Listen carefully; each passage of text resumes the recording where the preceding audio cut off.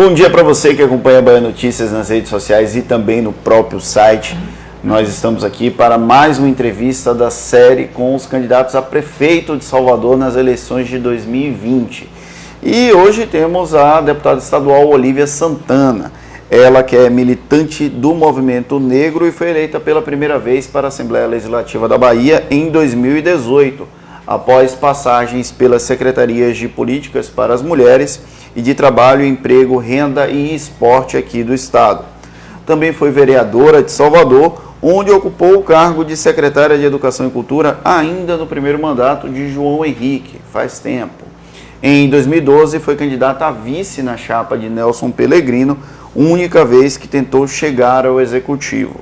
É dirigente da União de Negros pela Igualdade, a UNegro, e também candidata a prefeita de Salvador pelo PCdoB com o apoio do Progressistas. A Negona, como costuma se apresentar, é entrevistada desta terça-feira aqui do Bahia Notícias. Seja muito bem-vindo, Olívia Santana. Obrigada, Fernando. É um prazer estar aqui com vocês do Bahia Notícia. Só uma retificação. Agora não é mais Negona, é prefeita A juventude inventou essa história. Prefeita preta perfeita. Eu nem sei fazer esse trocadilho. Dá trabalho falar. A gente estava brincando aqui semana passada com esse trocadilho. Vou viver da coisa, rapaz. Mas a Negona também era bem conhecida. A Negona foi meu primeiro slogan. A Negona da cidade. Assumindo a nossa negritude, estabelecendo esse debate importante. Uma cidade como Salvador. 82% da população é negra e nós nunca tivemos uma pessoa negra eleita prefeita da nossa cidade em 471 anos. Então, é preciso falar sobre isso. Bom, vamos lá, vamos dar início às entrevistas. São três perguntas que foram padrão para todos os candidatos e depois a gente vai tocando o nosso bate-papo. A primeira pergunta é: o que esperar do próximo gestor ou da gestora aqui de Salvador para lidar com as consequências da pandemia, sejam elas consequências sociais ou econômicas? Primeiro, experiência, né? Eu considero que a próxima gestora da cidade tem que ter experiência política, capacidade de dialogar com o legislativo, capacidade de articular a bancada de deputados federais, estaduais, dialogar com a Câmara de Vereadores, porque nós temos que pactuar uma agenda de retomada econômica. Eu, particularmente, defendo, e tem lá no meu programa, a instituição imediata de um grande programa de microcrédito em Salvador, que possa injetar recursos nos microempreendimentos, porque a micro e a pequena empresa, o setor que mais emprega. É muito importante fazer ações na prefeitura, política pública que possa, de fato, oxigenar o ambiente econômico, fazer investimentos, sim. A gente tem pouco recurso, mas é preciso saber usar com melhores prioridades. Então, eu reconheço, considero que o nosso programa Favela Importa é muito importante, porque além de integrar as políticas de infraestrutura, é um programa que vai oxigenar a área de construção civil. Então, abrir postos de trabalho, reconstruindo pelo menos parte dessa cidade tão desigual, tão absurda. Cheguei em Bate-Coração, eu digo, meu Deus, como é que todo mundo sabe da existência de Bate-Coração? Uma favela terrivelmente desestruturada e a gente não tem uma ação de infraestrutura, requalificação de moradia para valer, abrir reservatórios de água nos bairros, porque a maioria dos bairros sofre com a falta de água porque não tem reservatório. Então nós temos essa política que eu tenho certeza que ela significa investimento e investimento significa geração de emprego e renda. Olívia, quais são os principais gargalos que o próximo prefeito ou prefeita de Salvador terá que enfrentar? Eu penso que é exatamente enfrentamento ao desemprego, né? Salvador é uma cidade com quase 18% de sua população economicamente ativa desempregada. Então essas pessoas precisam de uma política que enfrente isso. É claro que eu sei que é a macroeconomia que gera postos de trabalho. E a gente tem um governo federal que é uma lástima, que não investe, e se os governos retraem, não fazem investimento, a área privada também retrai e não investe, como é que vai ter retomada econômica? Não é possível. Então eu penso que nós temos que lutar pela mudança da política econômica do Paulo Guedes, mas também fazer uma agenda própria municipal que oxigene o ambiente de negócios, invista na economia criativa, não é? Possa apostar na inteligência do nosso povo. Eu sempre gosto de citar o caso do Polo Têxtil de Salvador, que reúne 22 empresas. Ali foi um investimento inicial de 8 milhões feito pelo governo do estado na época de Wagner, e eu acompanhei aquela experiência, tenho uma relação com todos os 22 empresários ali, e os caras conseguiram fazer uma coisa incrível no setor de vestuário. E hoje eles empregam, mesmo na crise, mais de 700 pessoas ali. Então, empresário de Salvador, são profissionais recrutados na cidade, principalmente na Cidade Baixa. Então, nós precisamos encontrar saída para a crise, otimizando, dando suporte para os nossos empreendedores da cidade, os arranjos produtivos locais, que precisam ser multiplicados. Chegar no subúrbio, botar o subúrbio digital, levar uma escola tecnológica para o subúrbio, sim, desconcentrar a renda. Acho um absurdo que a prefeitura compre, por exemplo, cestas básicas apenas na mão de um único grande fornecedor. No momento de crise, você divide e você faz uma política de fazer compras com os pequenos produtores, porque você vai dando a eles a condição de girar seu negócio e não quebrar, não fechar. Não adianta botar tudo na mão do grande, porque você só está ajudando a fazer concentração de riqueza, concentração de renda. E Salvador precisa de um movimento diferente, de descentralização da riqueza, para que todo mundo possa ter um lugar ao sol. Quais as principais ações que a senhora faria, caso eleita, diferentes da atual administração?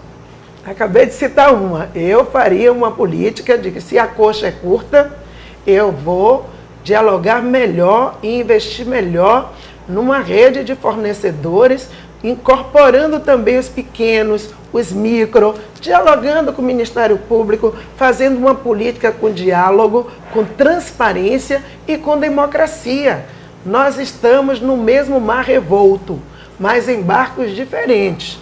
Então é preciso entender que o menor precisa de mais apoio, precisa de mais atenção para poder conseguir atravessar esse momento de pandemia. Eu faria um grande programa de qualificação profissional. O programa de educação de jovens e adultos, na minha gestão, vai ser muito diferente do que está aí. Salvador tem quase 500 mil pessoas, 50 mil delas são analfabetas, 450 mil não concluíram o ensino fundamental. Como é que na era da inteligência artificial, na era que você está discutindo tecnologia 5G, eu estive na China, fiquei impressionada com o padrão de desenvolvimento que os caras têm, gente. E a gente ainda tem esse grau de exclusão em Salvador e não tem nenhuma política de educação de jovens e adultos decente. Eu farei, sim, Programa Municipal de Educação de Jovens e Adultos, incorporando tecnologia, educação à distância e educação presencial, fazer um grande mutirão de educação, articulado com o IFBA, articulado com a UFBA, articulado com a UNEB. Você tem que fazer um programa que integre as universidades e esses estudantes que estão se formando, professores também contratados, para poder enfrentar esse passivo de 500 mil pessoas, 500 mil de pessoas. Isso é uma vergonha para uma cidade como Salvador. Aí fica falando, porque é o turismo, porque é isso, porque é aquilo outro. Tem que investir em mão de obra, qualificação de mão de obra, na educação do povo, porque quando a gente cuida do nosso povo, até os turistas vêm mais para cá, porque quer conhecer essa cidade de oportunidades. E a saúde, que eu também investirei para ampliar a cobertura de atenção básica para 100%, integrar a rede primária com a rede especializada e implantar em Salvador pela primeira vez o prontuário eletrônico. Porque quando a pessoa é atendida no posto, se precisa de um especialista, já tem um prontuário eletrônico dela lá, ela também já vai sair com a sua consulta marcada. Não vai sair com um papel na mão dizendo procure um cardiologista e a pessoa penando sem conseguir. Depois vai morrer na fila da regulação, porque é isso que acontece em Salvador. Mas como é a maioria preta, pobre, branco, pobre, então é tratado como descartável. Então, a gente até será. falou um pouco sobre isso no começo, em tom de brincadeira, que é a questão da sua representatividade enquanto uma candidata negra em Salvador, a maior cidade negra fora da África.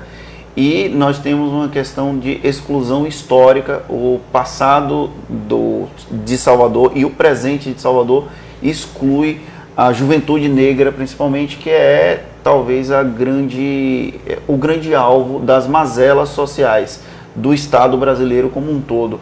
Quais são as políticas voltadas especificamente para a juventude negra que a senhora pretende desenvolver caso seja eleita? Então, esse é o meu alvo principal, a juventude negra. Eu sou resultado da escola pública. Nunca estudei em escola particular. A educação transformou a minha vida e, portanto, eu vou apostar na educação para transformar a vida dessa juventude.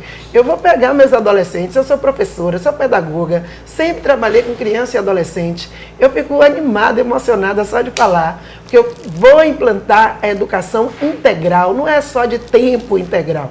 É educação integral com esporte, com cultura, não é? Nós precisamos entender que arte é elemento civilizatório. Nós temos que garantir o esporte na escola, garantir que essas ações integradas, elas possam ser alternativas concretas para a nossa juventude. Nós vamos implantar o programa Dever de Casa. Sabe por quê, Fernando? Porque muitos dos meninos, a gente vê que a maior faixa de evasão é exatamente no ensino fundamental 2, onde estão os adolescentes. Por que eles evadem? Muitos evadem para trabalhar, outros porque vão perdendo o sentido, o significado, o senso de pertencimento com a escola.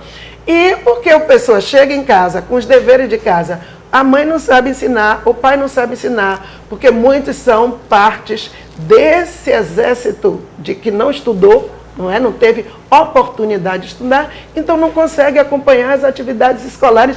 Como é que ninguém enxerga isso? Então eu vou fazer o Programa Municipal de Tutoria dentro do Programa de Educação Integrada para essa juventude. Nós vamos, quando eu falei no subúrbio digital, botar essa meninada do subúrbio, gente, nos centros de educação, de robótica, de novas tecnologias, porque nós temos que democratizar a tecnologia. Tecnologia não pode ser vista como patrimônio de poucos, que é chique, que é um luxo. A tecnologia tem que estar a serviço do enfrentamento às desigualdades, à geração de oportunidades. Quando eu falei no programa de educação de jovens e de adultos, eu falo porque eu entendo que isso é uma oportunidade. Você botar esses meninos para fazer qualificação profissional, dialogando com o Senai e Cimatec, trazendo experiências concretas de formação. Quando os meninos veem, e as meninas, que têm investimento público real, ninguém sai da escola, não. Ninguém vai buscar outro caminho. Vai apostar naquilo ali. Eu lutei pelas cotas. Eu fui uma das grandes, junto com todo o coletivo, lideranças da luta pelas cotas, que eu sabia que era importante. Olha a universidade pública hoje, como ela mudou a configuração. E eu tenho o maior orgulho. Eu dormi em Brasília. Fiquei naquela vigília lá do STF, quando o DEM, o partido do prefeito, entrou com ação para poder derrubar a política de cotas, porque eles querem a universidade para eles. Eles querem que a negrada carregue a pedra, o saco de cimento, construa o prédio, mas não sente para estudar. Então, a Semineto, que é um prefeito, que é jovem até, deveria ter tido a sensibilidade de lutar lá atrás pelas cotas. Em 2012, foi um horror, aquele partido dele ainda pegou o cara que é negro para fazer artigo para me atacar, porque eu estava defendendo as cotas, mas a gente venceu todos eles. E hoje você olha a universidade, olhe quantas meninas negras, quantos meninos negros estão na universidade. Educação é oportunidade. E esse será um dos grandes legados, grandes marcas da minha gestão na Prefeitura de Salvador. Semana passada nós entrevistamos um outro candidato aqui no Bem na Tela e ele falou sobre a pressão de estar entre dois grupos políticos. O grupo do prefeito Semineto, que tem a candidatura do Bruno Reis, e o grupo do governador Rui Costa, que apesar de ter múltiplas candidaturas, o governador tem estado muito mais presente, muito mais participativo na campanha da Major Denise, que é a candidata do PT. A senhora também se sente pressionada entre esses dois titãs da política baiana? Isso de alguma forma atrapalha o desenvolvimento da campanha da senhora enquanto na corrida pela Prefeitura de Salvador? Então, eu esperava mais grandeza, né? Eu acho que uma disputa como essa, nós somos de um grande bloco político. O governador Rui Costa, que eu tenho um profundo respeito, conheço a trajetória de Rui, mas tenho um entendimento que Rui só é governador porque ele contou com o nosso apoio, contou com o apoio de um bloco de forças, de partidos. Então, o sucesso do governo Rui Costa é o sucesso deste bloco de forças. Não pode ser apropriado por apenas um partido, ainda que esse partido seja o partido do governador, que é o partido dos trabalhadores. Então, eu acho que é uma perda de oportunidade de estar junto, de chegar junto, de liderar com grandeza todo esse campo. Mas eu não me intimido com essas coisas, porque eu já passei por tanto barril na minha vida.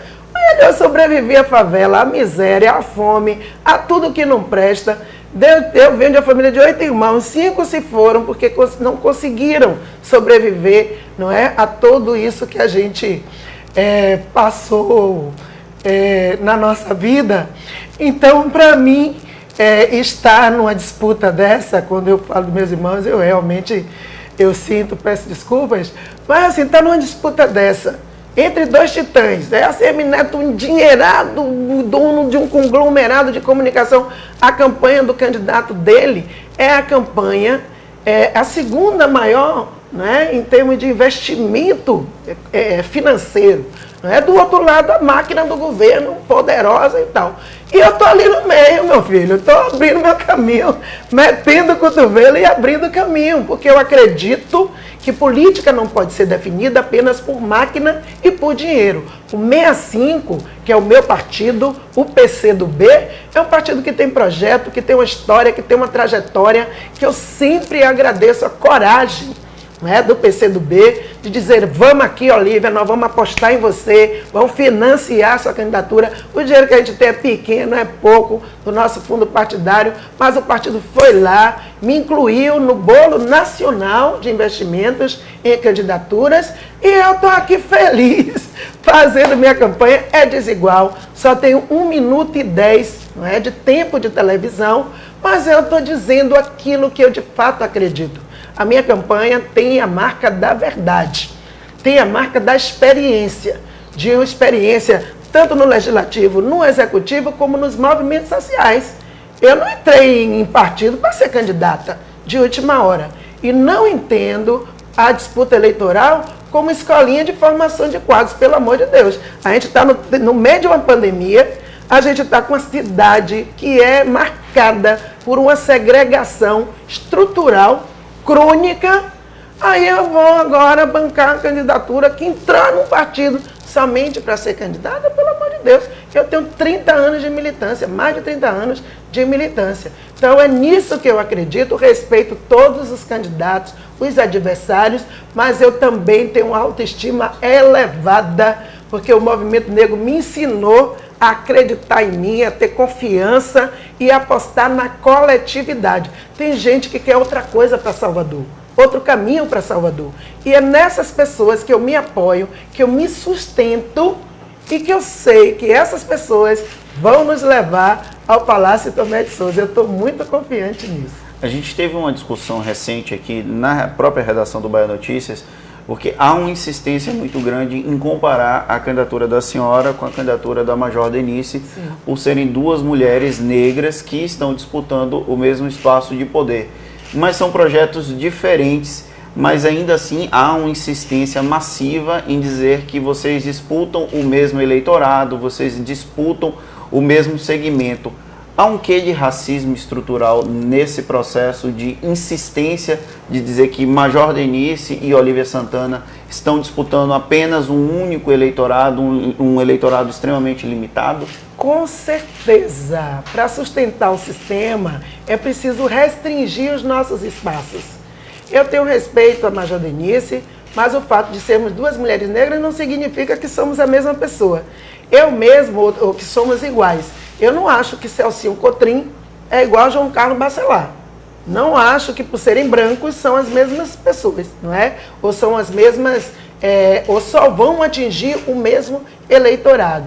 Então, os brancos são diversos, reconhecidos como universais. Aí quando chegam candidaturas negras, e é a primeira vez que isso acontece na história de Salvador, de 2 mulheres negras, as pessoas ficam insistindo, não, mas vocês são iguais. Não somos iguais. Denise tem uma história, Denise é uma policial, construiu a história de vida, a carreira dela na polícia militar. Eu sou uma pedagoga, uma professora, construí minha história de vida no movimento negro, no movimento feminista, não de agora, num tempo em que não tinha rede social, que não tinha hashtag sou preta, sou isso, sou aquilo, tá certo? É um tempo em que a gente foi desbravando, meu amigo, com a unha. Então, nós chegamos até aqui com uma experiência que é completamente diferente da experiência de Denise.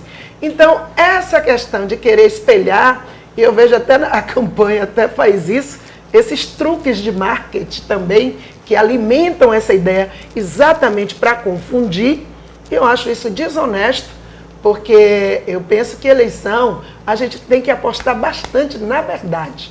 Cada um capitalizar o seu quinhão, a sua trajetória real, a sua história de vida e suas propostas e tudo mais. Então, jogar na confusão é alimentar a fogueira do racismo. Eu levei muito tempo as pessoas achando que era Célia Sacramento, olha que loucura. Célia foi a vice de Neto, eu fui vice de Pelegrino. E aí, olha, você é Célia Sacramento, você é um negócio louco. Então, bora separar, né, para dar uma aulinha aqui de que pessoas negras são diferentes. É preciso prestar atenção nisso. Porque alimentar essa coisa de dizer que tudo é igual também é racismo. É igual dizer que é igual um caminhão de japonês. É um ditado racista, não é? Os japoneses não são iguais, os chineses não são iguais. E a gente tem que aprender a enxergar as singularidades das trajetórias, da história e da aparência física, inclusive de cada uma e de cada um. Uma última pergunta antes da gente ir para as considerações finais. Logo no começo a senhora falou da prefeita preta perfeita, que é uma brincadeira que a campanha da senhora tem feito nas redes sociais. E a campanha de Olívia Santana é quem tem, na avaliação da equipe aqui do Bahia Notícias, usado de uma maneira bem mais progressista, digamos assim, a própria campanha, as redes sociais, tem utilizado memes. De onde partiu essa inspiração para usar melhor das tecnologias das redes sociais para fazer o processo de campanha em 2020? Então, tem muitos jovens com a gente, comigo, não é? E eles vão chegando e a gente tem um grupo de jovens que tem se integrado e criado coisas que quando eu vejo já está lá, né? E essa coisa, por exemplo, do TikTok, foi Lia, Lorena e Fé, que é uma menina maravilhosa, que está agora com a gente também na equipe. E Caio, tem uma turma que vai chegando, vai inventando, Marianinha, é assim, que foi presidenta da Uni, ela também está e faz os grupos de zap. E eles vão criando, é uma oficina militante, muita gente militante que vai entrando e eu vou agregando essa turma e dando lugar de fala para essa juventude que chega. Porque ela chega porque se identifica. Eu tenho um exército de jovens que desce a pirambeira comigo nesses bairros populares. Jonas, não é? Os meninos também, dos jovens periféricos, Jadson. É uma galera. Aí eu até peço desculpas. Porque aí já disse, gente, vamos botar 20, vamos botar 30. Aí quando chega no bairro tem 50. E eu fico preocupado por causa da Covid, mas por lei já pode 100, agora aumentaram até para 200. Eu particularmente, acho uma loucura. Eu acho que deveria ficar nos 100 mesmo, para não ter essa... A gente fica tentando controlar, mas a turma vem junto e a gente usa, de fato, muito as redes sociais. Eu adoro o Instagram, é uma rede que eu, particularmente, me identifico mais do que o Facebook e o Twitter, e é uma rede muito jovem. Então, eu venho usando também o Instagram, não agora somente para a campanha, é porque eu gosto mesmo, eu posto, a maioria das coisas sou eu mesma que posto, e agora com o acirramento da campanha, essa turma mais jovem assumiu mesmo o comando das minhas redes sociais. Bom, pessoal, aqui encerramos a entrevista com a candidata do PCdoB à Prefeitura de Salvador, Olívia Santana. Agora eu deixo espaço para as considerações finais.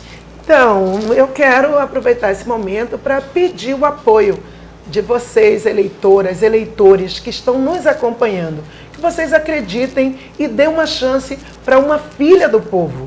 Eu não tenho nenhuma dúvida que chegando no segundo turno das eleições será outra eleição, com um tempo mais justo, mais equilibrado de televisão, de rádio, portanto 65. Eu sempre andei com PT, mas eu não sou PT, eu sou PCdoB. E o meu número é 65. E eu peço a vocês, portanto, que apostem no 65 e a gente vai junto. E eu tenho certeza que o governador, que os nossos senadores, que eu ajudei também a eleger, que todos eles vão colar com a negona e a gente ganha essa eleição no segundo turno. Bom, pessoal, muito obrigado por terem acompanhado esse bate-papo. A entrevista entra transcrita no Bahia Notícias amanhã às 11 da manhã, quarta-feira às 11 da manhã. Você pode assistir ela quantas vezes quiser nas nossas redes sociais. Na semana que vem, a gente tem a última entrevista da série com os candidatos a prefeito de Salvador. Um grande abraço e até a próxima.